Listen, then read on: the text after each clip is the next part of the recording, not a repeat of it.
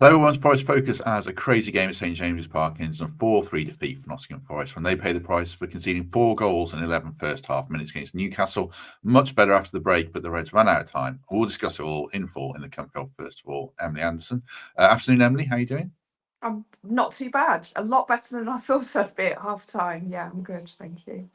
Good to have you with us. Mark Sutherns, you were pretty dour when we said hello there. How are you feeling? Yeah, I'm just very frustrated. I'm very frustrated. I think, like, before we go into any detail, any of us, I think the caveat is that we've set very high standards this season. That's one thing. And then the other thing was this weekend was an opportunity with the results the way they were. And that's what's probably going to lead to some of the frustration that I feel after that game. Yeah, it was frustrating. I mean, Newcastle obviously had a soft underbelly that was exposed second half, but damage done in the first half. And obviously, we'll discuss that at length. Emily, just kick us off in general. I think you were ready to smash up TVs like a certain Greek owner at half time. How you feel? What did you make of it overall? Yeah, so I mean, it's the worst cliche, isn't it? It was literally a game of two halves for us, wasn't it? At the end of the first half, I thought, what has happened to us? We've totally imploded. Our defence has gone to pot. I was bubbling with rage, and I said, "I'll take 4-1 at full time. Thank you very much. That's fine." And the second half, I just felt really, really proud of the team. They showed resilience. They showed fight. There was a slight tweak in formation by Nuno. I felt really, really proud, frustrated that we couldn't have that extra few minutes maybe to go on for a point. But it was one of those games where I feel we should have got something out of it in the end. But if you'd have said that at half time, you'd never have thought it. So I feel okay. I feel okay about it. Really thrilled with that second half performance. Where do you land on it, Mark, in terms of abysmal first half, great second half? What's your overriding emotion to take out of it? Yeah, I just think I was really puzzled by our first half performance because unlike Fulham, it went to our plan, and our plan is always to score first. And we've scored first and been 1-0 up in many, many games all season. So I was a bit shocked that we didn't seem to, at the point of going 1-0 up, know what we were doing. We just lost all control of the game at that point. We were 1-0 up, we had them where we wanted them. And rather than show some aggression and compete, we were very passive, and we were losing duels all over the pitch, and it felt like it was only a matter of time before the goal came. And then when the goal came, the situation around that was frustrating because it was perhaps a soft free kick. But more to the point, I think we just lost Guimaraes on the far post, which I don't understand how that happened. Suddenly we're not picking up men at set plays. And then when the ball came back in, when it got recycled, Miley was just on his own on the penalty spot. No one near him, and we were relying on the block, and it didn't come, and it went in. And once they got the equaliser, it felt like then we conceded 3 more in 11 minutes. It was hard to watch at that point, and we never really got a grip. And it was just a mystery to me why it just seems we lost all composure and game plan when we're 1-0 up, when we've been in that situation so many times. Yeah, that was the thing I didn't understand at all. We'll go through it. It's probably easier to do it chronologically because the game's only just finished. So we'll go through it as it went and pick up talking points along the way. So if we go all the way back to the team selection, Emily, I mean, I'd be a massive hypocrite if I said I didn't like the team selection. It was basically what I wanted. It was between Yates and Dominguez for me in that midfield spot, and I was perfectly happy to see Dominguez in there. He felt like someone who's been overlooked a bit this season, so I can't complain about it at all. What was your opinion of it? Yeah, pre-match, really happy. It was nice to see us go back to the back four. Callum Hudson-Odoi back, fighting fit. Our wingers out there, fantastic. I wasn't quite sure about Dominguez. I think I'd probably started with Yates, but yeah, I'd be a hypocrite if I was to say that I was disappointed with the starting lineup. I thought that meant we could compete. So yeah, I was more than happy with it. The only surprise that there was no Danilo in the squad at all. So I don't know if he picked up an injury, or I'm not really sure. But that was my only surprise, really. Yeah, we'll keep an eye out for that. Maybe it's just that he's played a lot of minutes in a relatively short space of time. We've got Arsenal on the horizon. Mark, any complaints to you about the 11, and then just your thoughts on how we started the game before we get into Hudson-Odoi's goal? No, it seemed I was happy that Callum was back. Hudson-Odoi was back, and we had that balance. Because that's been so important. We saw the transformation when he came on at the Cottage, so we knew that was going to be, give us more chance to compete and be on a positive footing. So I was really hopeful when I saw the team. I mean, Dominguez selection, it's mix and match, isn't it, in that midfield, really? That's the thing. You know, Anderson and Gibbs-White picked themselves, but then who is going to be that third midfielder in there? I did think it was a bit odd that, you know, Sangare came on at Craven Cottage and Dominguez and Yates were left on the bench, and yet Nuno gave Dominguez a nod here. I don't quite see the logic of that, given the match they were at Fulham. You'd have thought it would have been Dominguez coming off the bench. So I was half expecting Sangare to start, but he didn't. So this smacks of Nuno not really knowing who that third midfielder is, doesn't it? There's uncertainty there. And let's see who turns up against Arsenal. Could it be Yates? Could it be Sangare? I don't know. None of us really can pick that one. But I think the 11 looked good enough to compete, more than good enough to compete. And I was very hopeful when I saw the team sheet. Yeah, I was as well, and I agree. I don't think Nuno knows who that other player is, and I don't think we've got any answers today either. Unfortunately, I thought we actually started. As written in my notes, we started the game sloppily. I thought, you know, Sells almost dropped the ball in his own net and was a bit fortunate. Great goal though, Emily. That, you know, should have signalled a change, but Hudson-Odoi showed. I mean, I thought he was really good today. Showed the quality that he's got, because he really had no right to score from there in a way, didn't he? Absolutely not. And for the first 6 minutes of the game before Callum Hudson-Odoi scored, we didn't have any meaningful possession at all. Newcastle were dominating us. We'd had the little rip by Sells that you mentioned. But actually it was a mistake, wasn't it, from the Newcastle throw-in, which left Callum Hudson-Odoi able to stroll through the park and unleash. And what a brilliant finish by Callum on his start after injury. So really pleased for him. Great finish. And you'd think then, I thought, great, early goal. This is the way the Forest script goes. Let's tighten up now and we'll keep pushing forward. But as Mark alluded to, it felt like that goal actually unnerved us and we just imploded from that moment onwards. Yeah, there's a lot of people in the chat digging out the ref. And I do think the ref had a rough game. But what's more alarming to me and concerning is in the first half, Mark, was, I mean, our passing was. I know Greg didn't like me saying this in WhatsApp. I thought I could have been watching Leicester and Southampton in the first half. The way we were cannoning the ball into touch, Murillo trying to, you know, I can't remember what the pass was. There was one on the touchline where it just passed it straight out of play. Really basic stuff that got away from us. And did it feel to you like the goal was coming, the equaliser? Because we looked a bit all over the shop for quite a while there. Yeah, we were just not competing, and when we did transition, when we did get the ball in transition, Newcastle made some mistakes, misplaced some passes, and we weren't composed when we got the ball back, and we gave it away. We gave it back to them too quickly, and then, you know, we had little opportunities like the break that Morgan Gibbs-White had, and Isak came back and tackled him. We didn't make the most of the 2 or 3 opportunities we had where we could have added to our advantage, and we were careless in possession when we did get the ball. We didn't have a lot of possession. It was mainly Newcastle. I expect that. I expect Newcastle, a very good team. When we're 1-0 up, I expect us to suffer a bit. But all through this season, we've shown that without the ball, we've been able to manage teams. We've been effective at that. We just weren't in that first half. And you know, I guess you can look at some of the decisions made by the official, but I don't think we can go away and say we played well in that first half. And Nuno has said that much already post-match. So we can throw blame around, but I don't think you can look beyond us and say that we were abject in that first half and we didn't do what we've been doing all season, which was to manage a team without the ball when winning 1-0. People, a few in the chat saying that, you know, complacency. I've seen laziness pop up a few times. I don't know. I don't buy into that because I think, I don't know. I suppose the question, Emily, is why were we so bad? I don't think it's that. I don't know if it's panic or what. Felt nervous to me.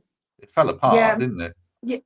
Yeah, more than laziness, it felt like a total bag of nerves. And as soon as they equalised, it was a soft free kick to give away, wasn't it? And as soon as they equalised, that's when the nerves really settled in. It didn't feel like anyone was being lazy. It was just silly mistakes. And it was a perfect storm of Newcastle being ruthless and us being just completely woeful defensively. But it was worrying, really, really worrying to watch, because we didn't have the hindsight of knowing how it would go in the second half. And nothing was working for us. Nothing was falling. Basic errors were being made. Sells looked really nervous in goal. No one looked like they were their normal selves. It had sort of shades of Bournemouth, really. So no, I wouldn't say it was lazy at all. For me, it felt like a team under pressure, and they weren't coping with that pressure. Is it an away thing as well, Mark? I mean, I thought we were pretty dreadful at Bournemouth. I thought we were pretty dreadful at Fulham for a lot of the game, and we were obviously dreadful here first half. Before we get into the second, is that a trend? I mean, obviously we've got 2 big home games now, but is that a big worry for you? Yeah, I think the pattern in all of those games, Bournemouth, Fulham, and the first half at Newcastle, was the physicality in midfield was missing. We weren't in challenges, we weren't in duels, and we were being, Newcastle without Joe Linton, I thought we'd have a chance against their midfield, but I thought Miley, Willock, Guimaraes got the better of us in that first half, and that's where I think the problem was. I wanted to see, when we were 1-0, I wanted to see Morgan come back, play a bit deeper, get us control the ball deeper. And Morgan was playing off of Chris Wood a lot of the time, pushed up with Gibbs, with Langer and Callum Hudson-Odoi either side of him. Sorry, I can't resist that. I just think that Dominguez and Anderson, we were too light in that area, and they were just more powerful, more athletic, winning second balls. And second half, obviously, it changed. Obviously, we improved second half, but then how much was it that Newcastle were 4-1 up, have got cup final on their mind, regressing? You're going to see a drop-off in their performance as well. So it's a very, very difficult game to judge, because it was a really bizarre game of 2 halves where one team didn't show up in the first half and one team didn't show up in the second. I don't know how much stock you can take from the game as a result of that. I'm going to remain positive because we ended up just failing to get a point out of it. So in many ways, it doesn't do too much damage, particularly with the results the way they went. And we don't go into the Arsenal game now demoralised. I don't think we take something from the game that's positive, at least. Hopefully so. We'll pick up on that, certainly. Thanks, Peter. 320 people watching, only 30 likes. So do us a favour and hit like quickly if you would. First goal, Emily. Set pieces seem to be a real problem suddenly. I mean, we'll get onto Miley's part, but we struggled to defend set pieces. Newcastle did as well, but we've got to tighten up there, haven't we? Well, in the lead up to the goal, there was relentless pressure from Newcastle, wasn't there? I think I wrote a note just to say Newcastle dominating here. We're really getting away with it. And then it was Aina, wasn't it, that gave away the soft free kick, I felt. And we sort of dealt with the initial free kick okay, but then no one was marking Lewis Miley, wasn't it, in the box, and it was just one of those. Another set piece has gone wrong for us. We were lauded, or we've been lauded this season for being so good at defending set pieces, but again we just went to pieces, and 1-1 game on for Newcastle. So yeah, I mean, I could see it coming. They were so dominant, Newcastle, that equaliser was coming, and then obviously it just went downhill from there. Yeah, we gave a few soft free kicks away. I don't think this one was a free kick, but we've given a few away. And I always when we do these things, I try and look at what we can do better and not fret about what a ref can do. And we didn't do our part. And obviously, counter-attacking football is really good. But when you have a chance to put the foot on the ball, you've got to do it. Otherwise, you're just inviting pressure. So that was my big gripe in the first half. On the goal, Mark, actually, just before we do that, thank you, Stuart, for the £5. Really appreciate that. That's very kind of you. Miley scores. Someone's got to get out there, haven't they? Chris Wood made a bit of an effort. Maybe Dominguez, maybe Milenkovic has got to do a bit more there. Yeah, and Morgan Gibbs White's on the edge of the box and doesn't look around to see that Miley's there to be picked up. I think that it only needed someone touch tight to him just to put him off and not give him the time he had to bring it down. We're relying on getting a block in, and yes, it went through the legs and it went through 3 defenders, and I guess on another day that gets blocked. But I think he just had too much time, from 12 yards out, roughly, wasn't it, around the penalty spot. And it wouldn't have taken much for, I think, one of the players on the edge of the box to look and just get in the vicinity of him, and it probably would have prevented the goal. So it's a shame because it came at the end. Guimaraes got free on the far post as well. So we on 2 occasions there, we've let ourselves down, I think, and that's what's frustrating. Who knows what could have happened if they'd have taken longer to get that equaliser. I think it was coming, but I just thought, well, maybe we can propel this pressure and get a grip of it again. And it just never happened, did it? And then it was one after another, and we capitulated in a way that we haven't seen for a good while. And that's what was worrying at half time, the fact that we conceded 4 goals so quickly. Yeah, yeah, I know. That I can see. This is a sentiment that a few people have expressed as well in the chat. And Greg Mitchell in our WhatsApp group: 2 deflections, a dodgy penalty, and a dodgy free kick. I just don't. I can't buy that, Emily, because those are the only things in the first half. I'd be more on board, but it felt like it's just a tide, and we had no answers to it. What do you say to Alan there? Do you see merit in that or not? I totally see your point, Alan, and you're very glass half full. But my issue is, have those decisions not been given, Newcastle may have scored elsewhere, because, like you said, there was a total tide of Newcastle dominance. They also missed chances, so we deserved nothing more than being 4-1 down at half time, because the performance was abject. And yes, there, a soft free kick. Yes, there were deflections. It was unlucky, but we should be managing those situations better. It was a state of pure panic. And it desperately needed a reset. And I was grateful that we went in at 4-1, because it could have been more and it could have been worse. And I'm not a negative Forest fan. I try to find the positive in anything, but I really struggled to find anything positive from that first half performance, barring, of course, Callum Hudson-Odoi's goal. We fell apart. We totally fell apart. We're back at 12 tomorrow with Kelvin and Pete and Temps, and I'll get Kelv to go through the goals in more detail. I know Mark and I felt the same way. It felt like a tidal wave of writing down notes and trying to remember where it all fell apart. But I know Isak was prominent, certainly in the second goal, a really good flick, and then Murphy's free at the back post. And was that goal symptomatic of just the parting of the Red Sea, or the light blue away shirt sea that we saw? Yeah, I mean, you've got to the context is we're playing against probably the best forward in Europe at the moment in terms of his all-round game. So let's realise that for a starter. He was pulling us all over the place with his movement, and he's so clever, as well as being a clinical finisher. Gordon is obviously a player we know well, and he will win fouls as he did for the first goal, and his movement's good. He's got a lot of pace. Murphy's been consistent. They're a good side, right? And let's get that right. But we did, I think, show them too much respect at 1-0 up, and we invited that pressure too much, and we never got a control of it. And unlike Fulham in the first half, we got punished this time. Sells didn't dig us out with saves because maybe we didn't get fortunate with the deflections. Maybe, I think the penalty, that incident is kind of, if there is a corridor of uncertainty on a handball VAR check, it's probably right in there. We saw one, didn't we, at Wolves, which wasn't given in our favour. This one, the minute it went to VAR, I was like, well, this is 50-50. It's very difficult to know which way this is going to fall. And it went against us. Yeah, okay, maybe that is unlucky, and maybe deflections didn't go away. But I don't think we can make an excuse for a poor showing in that first half. And Nuno hasn't, right? Nuno hasn't gone to talk about the decisions or the deflections. He's gone to the fact that, I think he said he didn't recognise our team in the first half. So there you have it. I think we're fair in our criticism of what was a poor first half performance. Yeah, I think so. Mark mentions the penalty there. When I saw it, Emily, I thought, that could be given. I didn't know if it should be given, because I don't know what handball is anymore. But when you saw it, did you think we're in bother here? Yeah, I did actually. I thought we'd got away with one, obviously, until the ref was sent to the screen.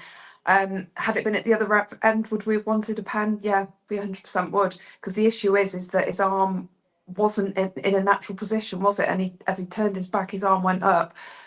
Again, you use the word unlucky again. Unlucky for Aina, but unfortunately, you can't do that in the penalty area.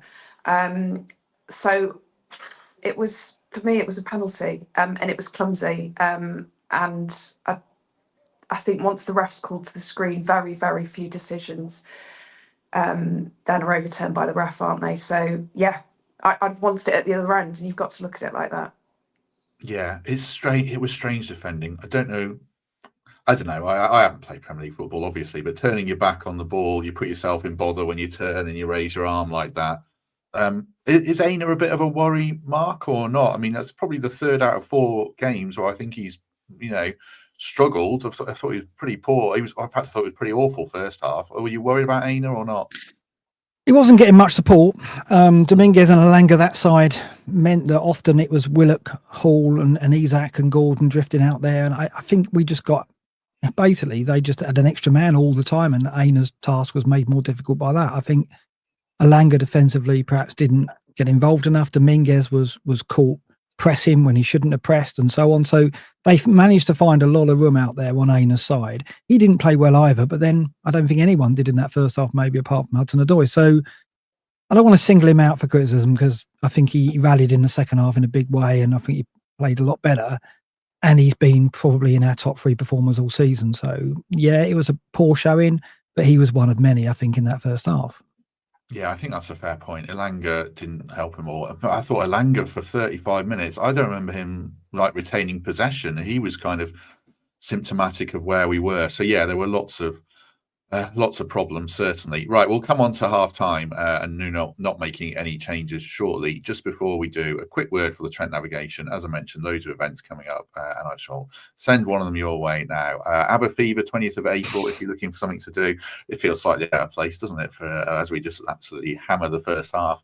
20th of April, 7 p.m. Scan the QR code on your screen or search gigantic.com if you're listening. Obviously at the Trent Navigation. Thank you very much for their support. If you go to gigantic.com, you'll see a list of lots of events that are coming up at the Nav, including probably a live show for us fairly soon. I'm just trying to sort out the details for that one. Right, half time. I mean, I put on Twitter, Emily, I really hope Nuno makes some changes. I'd like to see Ryan Yates come on. And he didn't make any, but I wasn't like fuming about it because I could see the merit. Challenge the team, you got us in this mess, you get us out of it, kind of thing. What did you make of that? At half time, I wrote down Forest need to shore up at the back, bring Moretto on, make it a back 5. Yates needs to come on as well to sort out the midfield. The game is gone. We need to keep the scoreline low. That is verbatim what I wrote. I was so angry and so disillusioned by the performance that I'd seen. But yeah, I thought we needed to shore up everything. But there were no changes by Nuno at half time. So yeah, I was disappointed. Yeah, I can see that. Yeah, what do you make of it, Mark? And Nuno normally is very proud. I think he's made more subs than anyone else. It was obviously a message to the team not to make any changes. I mean, that could have really backfired, but it actually worked out well, I think. Yeah, I guess the only thing he could have done was to change the shape. I don't think there's anything on the bench that he could have introduced that would have made a major difference other than doing that. That's the thing. Again, it's like he's got Yates and he's got Sangari and he's got Dominguez, as we said. I don't know there's too much in Nuno's mind. I don't think there's too much between those 3 players. And eventually Yates and Sangari were brought on. But I'll say this later, when we were 4-3, we didn't really, Nuno doesn't have that game changer on the bench. We've said it before.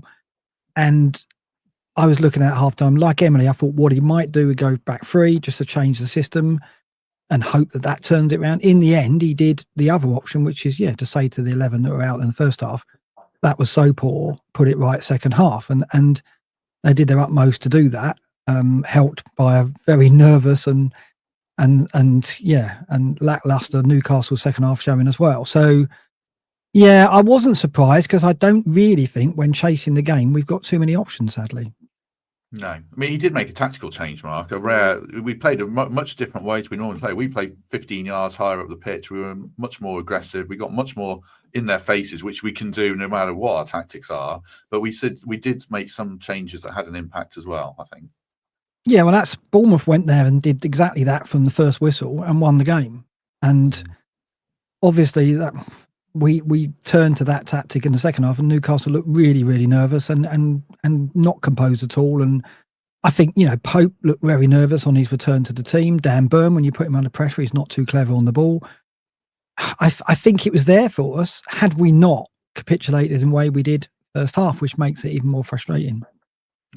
Yeah, that is annoying. Like when you watch Man City get rip Newcastle apart. I'm not saying we were going to do that, but we could have played much more aggressively. I don't know why we didn't first half. That was pretty bleak in general. Let's try and focus on the positives of the second half, though, Emily. We got back into it. Milenkovic with a sort of a Murillo-esque goal. Were you believing at that point?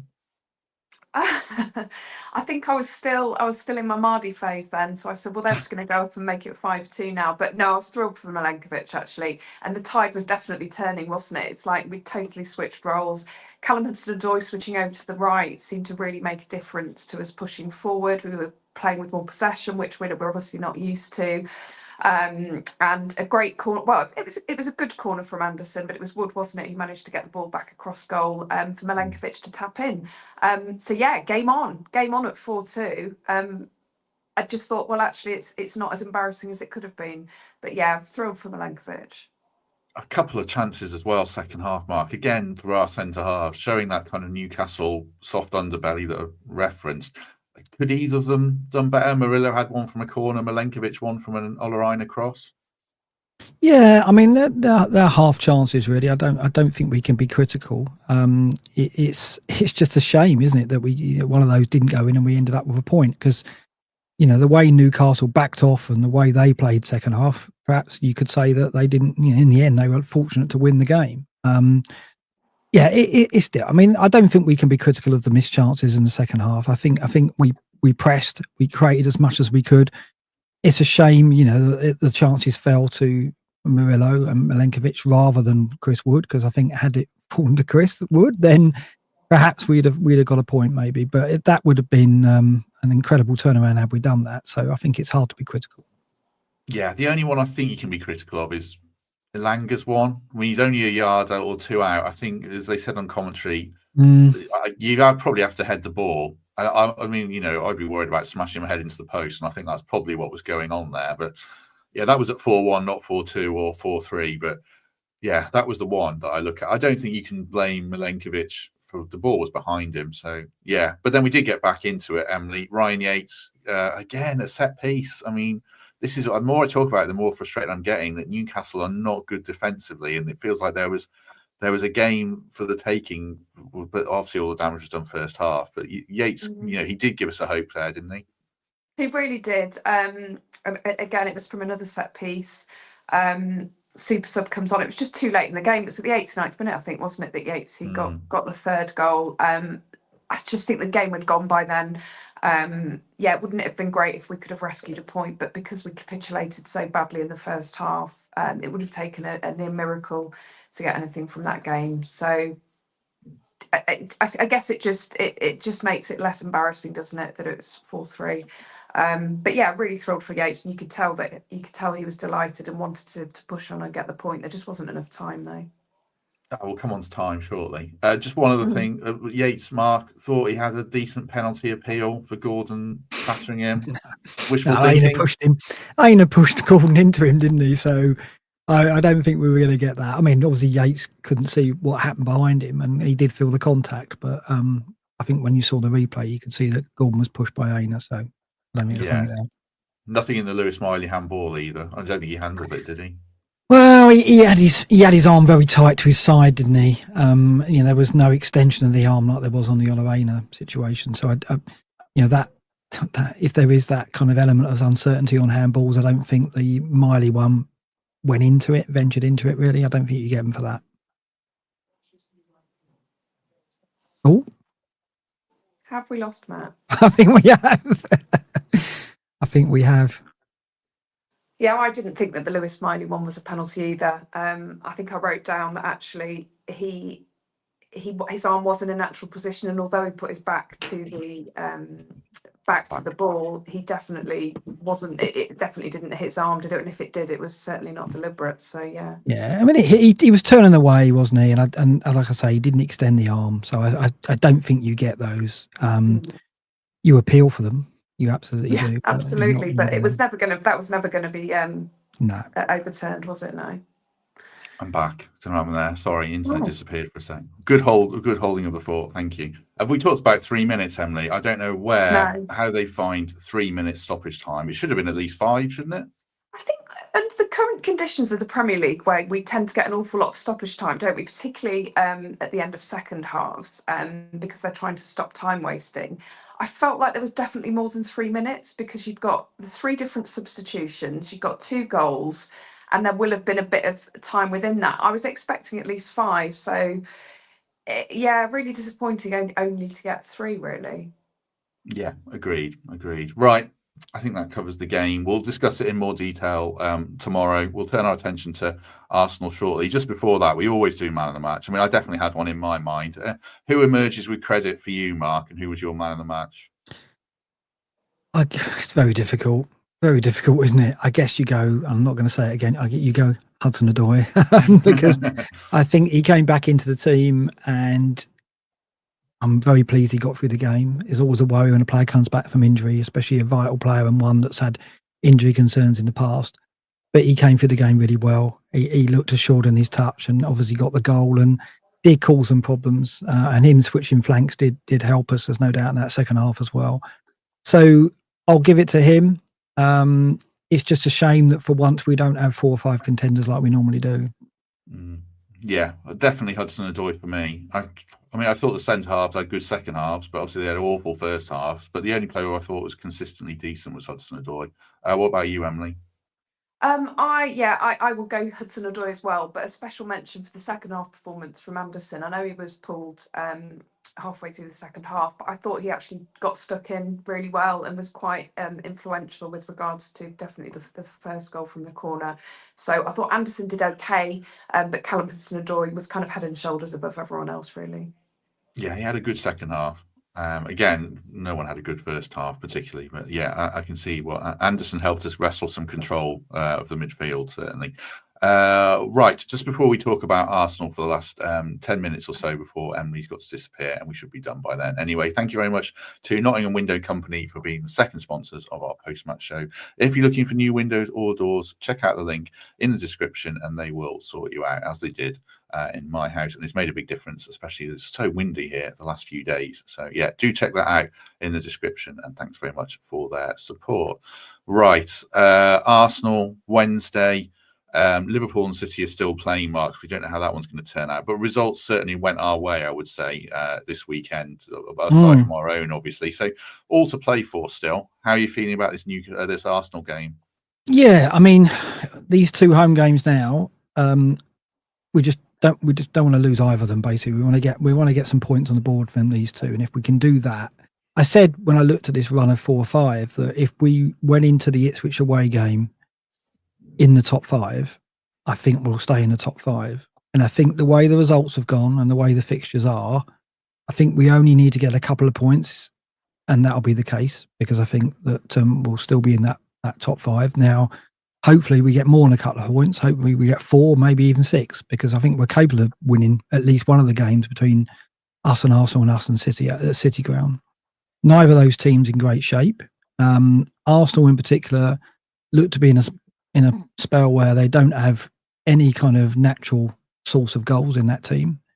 Ranieri may have got an injury as well, and he's been their bright spark. So I think they come to the City Ground and we expect them to dominate possession and kind of play into our hands a bit. They're very strong defensively, but I think they're a team we can break on and hopefully do some damage to. We've done that in the past, obviously, in that vital game where Taiwo kept us up. So, I'm looking forward to that Arsenal game. And I think what was good about the outcome of today is the second half showing meant that we don't go into that Arsenal game in any way. Well, we shouldn't go into that game demoralised in terms of confidence. We should be more determined that we can, on that second half showing, more than match Arsenal at the City Ground with the crowd behind us. So I didn't think it would be that way. I thought at half time, 4-1 down, I was starting to think, this is going to impact us come the Arsenal game. But I don't think that now, and I think we can go into that positively. Yeah, I really hope like the comfort blanket of being at home helps us, because surely we can't have that kind of mental total collapse that we had today. So that's one big thing, and Arsenal's style of play hopefully makes it a better matchup for us. How are you feeling about it, Emily? Yeah, much better than I did at half time, and I think the team will be buoyed by that second half performance, and I'm hoping that they're angry as well, angry that they didn't quite get over the finish line and gain a point. So hopefully it's given them the confidence to know that even after one of the most dreadful performances we've had all season in the first half, they could still come back and show that resilience, show that fight. And, Newcastle played well today, and they're a fantastic team with fantastic strike force. So actually we did really well to get back into the game. Arsenal are under pressure. They're still sort of in a title race, aren't they? They've got lots of injuries to contend with. The pressure is on them. They go in as favourites to the game at the City Ground, but they know full well that it's not a nice place to go for the away team. So I feel full of confidence and just hoping we can get something out of that or the Man City game. We've just got to keep maintaining. We're just very lucky at the moment that teams around us are falling for short, which is why we're currently still sitting third in the Premier League table. Yeah, I think anger and frustration are good emotions to take in rather than fear and, I don't know, whatever the word is, insecurity or lack of belief. I know I see people in the chat saying, you know, we're in a false position and all that, which is possibly true, but that would be the terrible attitude for the players to adopt, Mark. So hopefully they carry belief, because that's such an important factor on Wednesday now, isn't it? Yeah, I mean, no doubt we're overperforming. I mean, we've been saying that over the season. Sometimes it's been an unbelievable situation to be in, third in the Premier League table at this stage in the season. We've got to put our hands up and say we didn't expect it, right? So we're overperforming. But I look at the fixtures to come, and I think if we get through Arsenal and Man City at home and we're in the top 5, the run-in that we've got, I think we can stay there, because I think we've got the fixtures over the run-in, over the 10 game weeks that remain, or 10 match days that remain, where we could solidify that top 5 spot. So yes, we've overperformed. Many can say we're in a false position, but it could still be in our hands over those final 10 games that I think we can get. We've got United, Everton, Brentford, Leicester and Chelsea have all got to come to the City Ground. I fancy us against those teams at home. And the away games, we go to Villa, we go to Spurs. They're not in great shape. We can get points there. Ipswich, of course, who don't seem to be able to find a way of getting a home win. So yeah, it's there for us. We have overperformed, but it's there for us, and we've got to remain positive that we can pull off a top 5 finish.